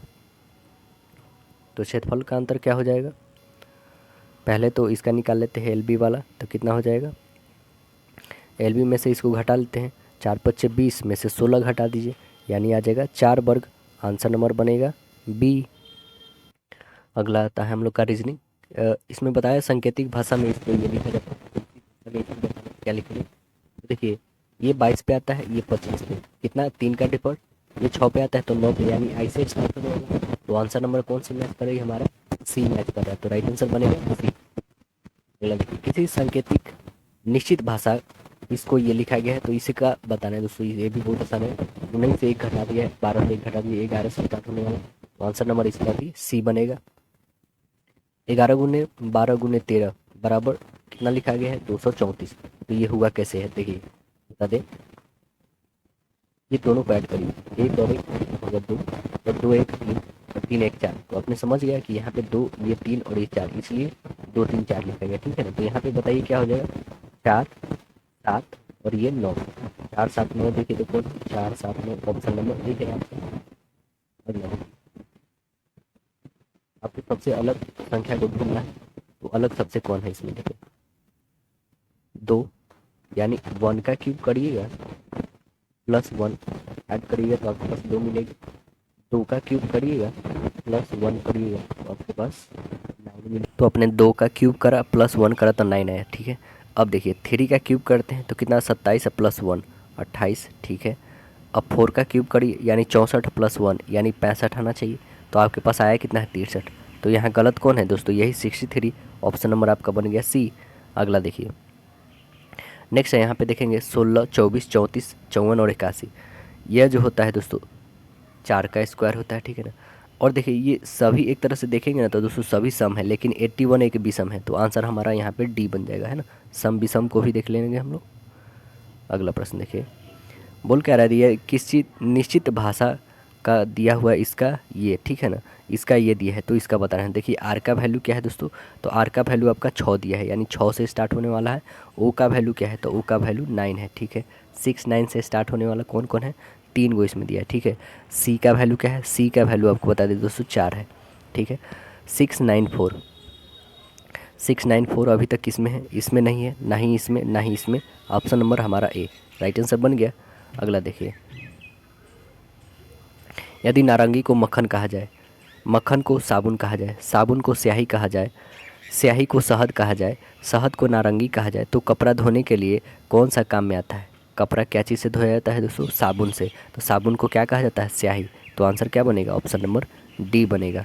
अगला प्रश्न देखिए, इसमें किसी निश्चित कूट भाषा को, इसका मतलब ये है, इसका मतलब ये है, ठीक है, इसका मतलब ये दिया हुआ, तो हमें निकालना है गिव का मतलब क्या होता है। तो गिव किस में है, देखें पहले हम लोग, गिव जो है दोस्तों हमारा इस वाले में दिया है, ठीक है ना। गिव जो है हमारा इसमें दिया है 528 वाले में, तो इसी तीनों में से कोई आ सकती है, 5 या 2 या फिर 8 आएगी, ठीक है ना।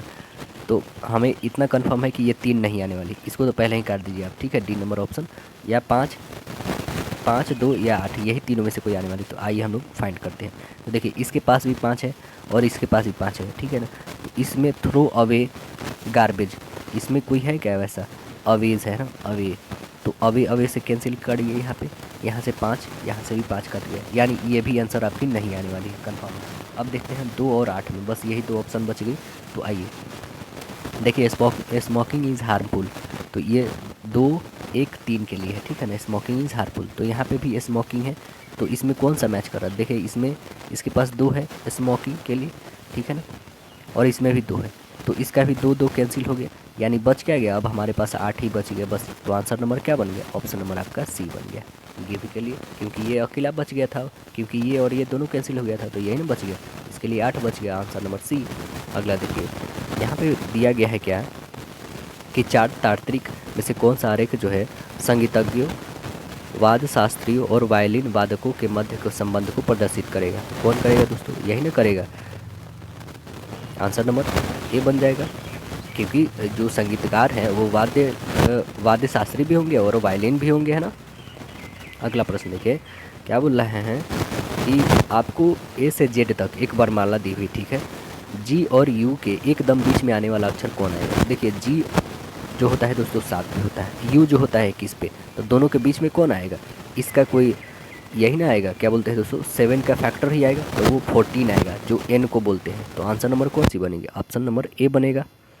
यदि किसी परीक्षा में राम का स्थान ऊपर से 16वां है, नीचे से 15वां है, तो बताएं कितने कक्षा में होंगे, तो कितने हो जाएंगे, 16 और प्लस 15 ऐड करिए, और उसमें से एक घटाना है, तो ये दोनों को ऐड करेंगे तो 11 कैरीवन 2 1 3, एक घटा लीजिए, आंसर क्या बन गया आपके पास 30, तो राइट आंसर बन गया ऑप्शन ए। अगला प्रश्न देखिए, अगला हमारा है कि परसों किरण का जन्मदिन है, ठीक है।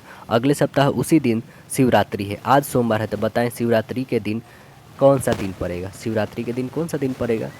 तो शिवरात्रि के दिन जो है दोस्तों गुरुवार पड़ेगा, है ना। क्या पड़ेगा? शिवरात्रि के दिन गुरुवार पड़ेगा, क्योंकि बताते हैं आज सोमवार है तो परसों किरण के जन्मदिन पर बुधवार होगा, अगले सप्ताह उसी दिन बुधवार को शिवरात्रि होगी, अतः शिवरात्रि के बाद कौन सा दिन होगा? गुरुवार होगा। तो ऑप्शन नंबर हमारा बी बनेगा।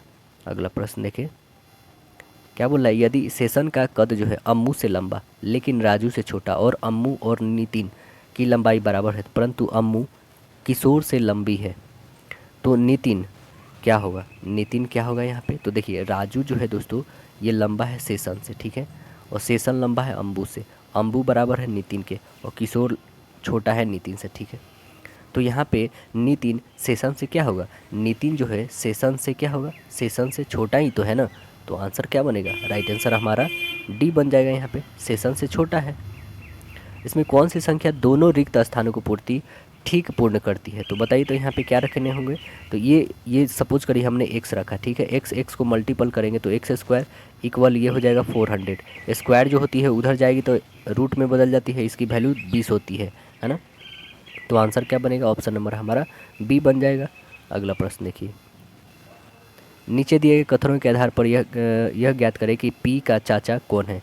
पी का चाचा कौन होगा दोस्तों? तो यहाँ पे आपको स्टेटमेंट पढ़ना होगा, ठीक है ना, कि के जो है जे का भाई है, ठीक है, एम का बहन, एम जो है के का बहन है, ठीक है, पी एन का भाई है, पी जो है क्या है? एन का भाई है,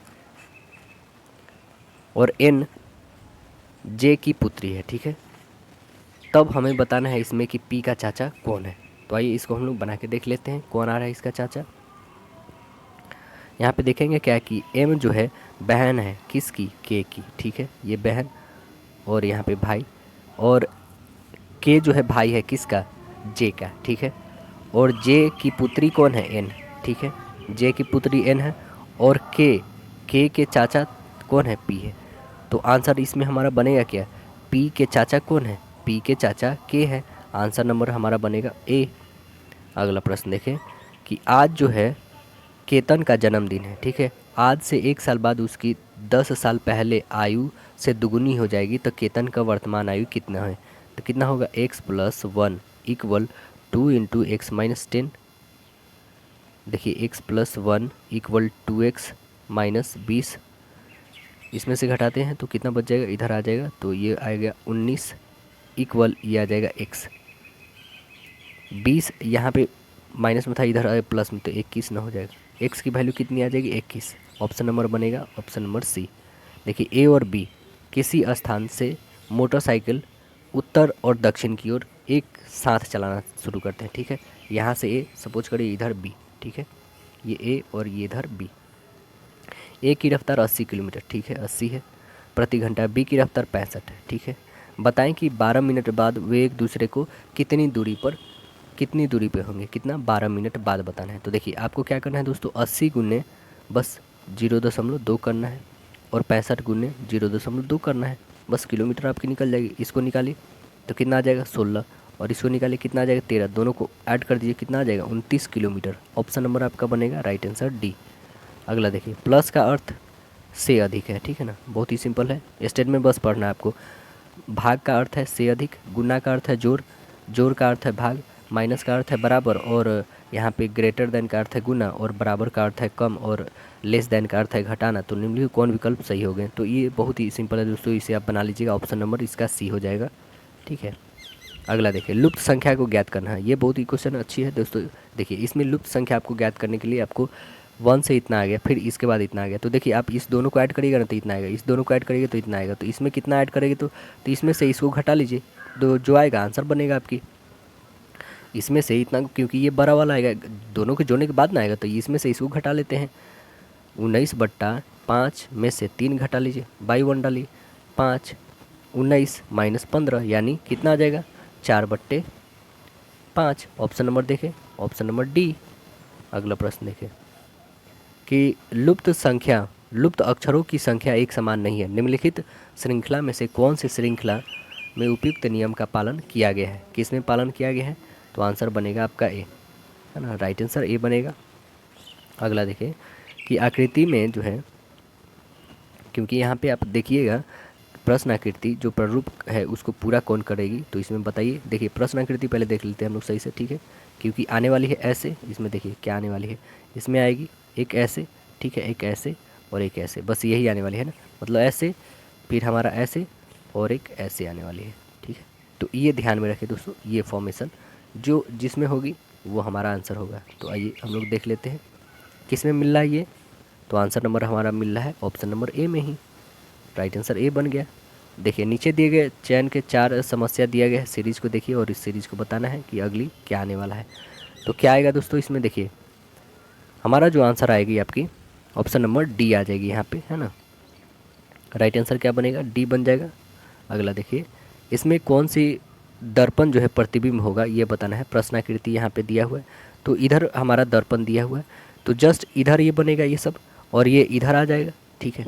तो ये ऐसा देखिए तो कौन सा फॉर्मेशन है आपका, ऐसा जो है आपके पास ये तो होगा नहीं, ये भी होगा नहीं, ये होगा नहीं, तो आंसर बच गया, राइट आंसर ए।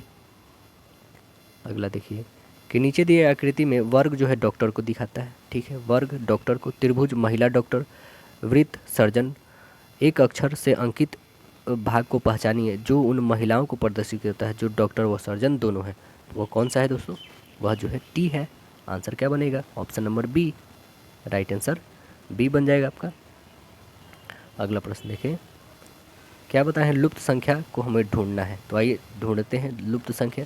12 से 13, 13 से 15, 15 से 18, 18 से 22, 22 से 27 से 33। तो अगली संख्या क्या आएगी, अगली संख्या हमारा 40 कैसे आई। तो देखिए इसमें 1 बढ़ा, ठीक है, इसमें 2 बढ़ा, इसमें 3 बढ़ा, इसमें 4, इसमें 5, इसमें 6, तो इसमें 7 बढ़ा दीजिए। ऑप्शन नंबर आपका सी बन गया 40। अगला प्रश्न देखें, क्या बोल रहा है कि एफ से जे फिर एन। तो देखिए ये 6 पे होता है, ये 10 पे, तो ये 14 पे है।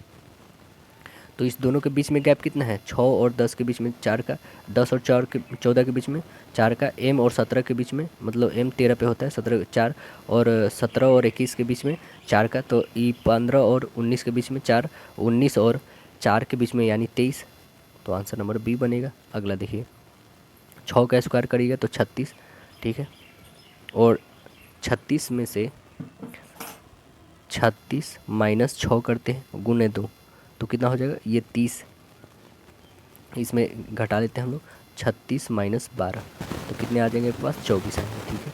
तो ऐसे ही करना है आपको। फिर 8 का होल स्क्वायर 64, फिर 64 में से माइनस 8 गुने 2 करना है, 64 में से 16 घटा दीजिए 48, तो यहाँ पे 7 का 49 होता है, 49 में से 7 घटा के 2 से मल्टीपल 14, इसमें से घटा लीजिए यानी 5 और 3 35।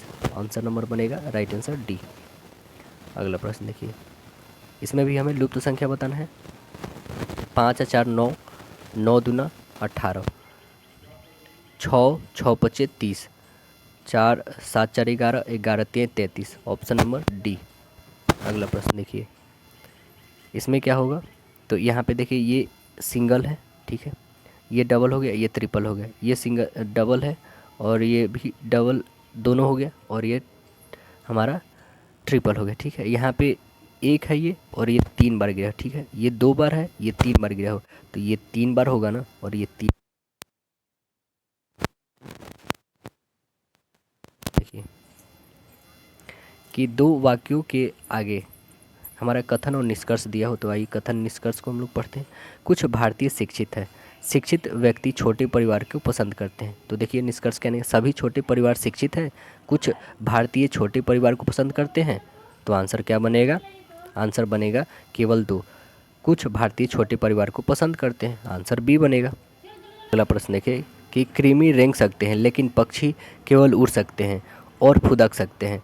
तो आइए कथन को हम लोग देखते हैं, क्या है कथन हमारा, कि कुछ पक्षी रेंग सकते हैं, पक्षी रेंग नहीं सकते हैं, कृमि बरसात में बाहर निकलते हैं, कृमि रेंग नहीं सकते हैं। तो आंसर बनेगा क्या, आंसर हमारा बनेगा कृमि बरसात से बाहर निकलते हैं, आंसर बनेगा हमारा ऑप्शन नंबर बी बनेगा दोस्तों। पक्षी रेंग नहीं सकते हैं ना, पक्षी क्या रेंग नहीं सकते, यहाँ स्टेटमेंट में कहा गया, क्योंकि कृमि के बारे में हमारे पास क्या बोला गया है दोस्तों, कृमि के बारे में ऐसा बोला गया है सिर्फ रेंग सकते हैं ना। तो आंसर नंबर हमारा क्या बनेगा, ऑप्शन नंबर बी बनेगा, इसमें सी नहीं, ठीक है दोस्तों। तो आंसर क्या बनेगा, ऑप्शन बी। अगला प्रश्न देखिए कि एम और एफ एक विवाहित दंपति हैं, ठीक है, ए और बी बहनें हैं, एफ ए की बहन है, बी जो है एम की क्या लगती है ये हमें बताना है। बी है एम की क्या लगती है। तो देखिए एम जो है क्या है दोस्तों, ये एफ है यहाँ पे, ये वाइफ है किसकी, इसकी, ठीक है, ये पति है। और एफ की बहन ए है, ठीक है। ए की बहनें बी भी है, ए और बी बहनें हैं, ठीक है। तो ये एम इसके क्या लगेगा, साली। तो आंसर नंबर क्या बनेगा, सी। देखिए अर्थपूर्ण हमें व्यवस्थित करना है, तो आंसर नंबर आपका सी बनेगा। क्यों, क्योंकि पहले हिमनद होगा, उसके बाद जो है दोस्तों क्षुद्र नदी बनेगी, छोटी नदी, उसके बाद नदी बनेगी, उसके बाद समुद्र, तब महासागर। तो आंसर नंबर सी होगा। अगला प्रश्न देखिए क्या दिया है, 4 से 19, 19 से 7, तो अगली क्या आने वाली है। तो देखिए यहाँ पे 4 का होल स्क्वायर करिएगा तो 16 प्लस 3 19 आएगा। 7 का होल स्क्वायर करिए 49, 49 में 3 जोड़िए तो 52। Answer number B. स्वर्ण स्वर्णाकार तो चमड़ा क्या बनेगा दोस्तों, चम्रकार, आंसर ए बनेगा। अगला देखें बैट कैट तो फैट से पहले क्या आएगा, तो क्या होगा दोस्तों, बी से सी गया, ठीक है, ए के ए रह गया, टी का टी रह गया, एफ से पहले ई, ईट होगा, आंसर बनेगा ए।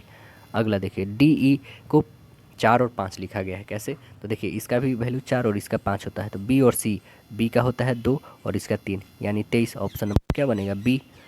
देखिए क्या दिया है कि एक सही घड़ी सुबह 8 बजे दर्शाती है, ठीक है। घड़ी की घंटी सुई दोपहर 2 बजे तक कितनी डिग्री कोण बनाएगी ये हमें बताना है। टोटल 180 डिग्री बनाएगी, ऑप्शन नंबर ए बनेगा। 30 दिन एक माह में 5 शनिवार हैं, तो माह का प्रथम दिन कौन सा होगा, तो माह का प्रथम दिन शुक्रवार होगा, आंसर ए बनेगा। अंग्रेजी वर्णमाला के आधार पर अक्षरों का कौन सा युग्म दी हुई श्रृंखला के अंतिम युग्म के बाद आएगा, तो कौन सा अक्षर आएगा दोस्तों, तो देखिए बी और ई 3 का डिफर, ठीक है ना, इसमें 4 का डिफर है, इसमें 5 का डिफर है, इसमें 6 का, इसमें 7 का, तो अगली जो आएगी वो 8 के डिफर होगी, के और एस। ये 11 पे 19 पे 8 के डिफर, के और एस, देखिए ऑप्शन नंबर हमारा बी बन रहा है। अगला प्रश्न देखिए, इसमें आपको त्रिभुज काउंट करना है तो खुद काउंट करिए इसमें, ठीक है, आपको बता देते हैं आंसर 16 आना चाहिए, आंसर ये आएगा।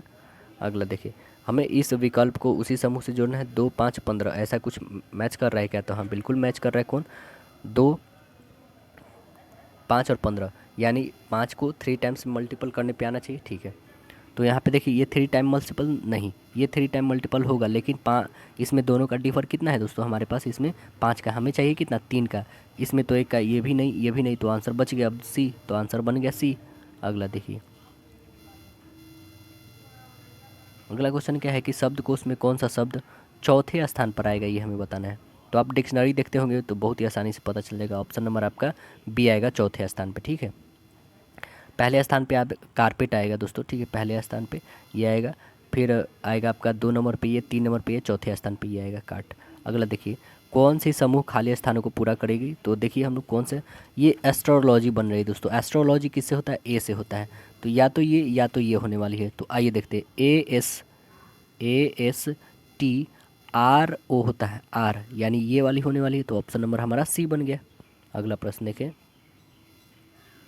वैकल्पिक जो है दिया हुआ हमारे पास, वैकल्पिक शब्द को चुनना है, अक्षरों का प्रयोग के द्वारा नहीं लिखा जा सकता है, तो कौन नहीं लिखा जा सकता है, तो नेशनल नहीं लिखा जा सकता है, आंसर बनेगा आपका सी बनेगा। यहाँ पे नेशनल नहीं लिखा है, क्योंकि यहाँ पे देखिए क्यों नहीं लिखा गया दोस्तों, तो इसमें क्या चीज़ यूज़ नहीं किया गया है। देखिए एन तो है ही, ठीक है, प्रयोग करके नहीं लिखा, एन एक है ही, ठीक है, ए भी है ही, ठीक है, टी हमारा है ही, ठीक है, आई भी है, ओ ये भी है, एन एक और, एन एक और है, ए एक और भी है, ठीक है, एल एल है ही नहीं इसमें, है ना, तो इसलिए हमारा सी राइट आंसर बनेगा।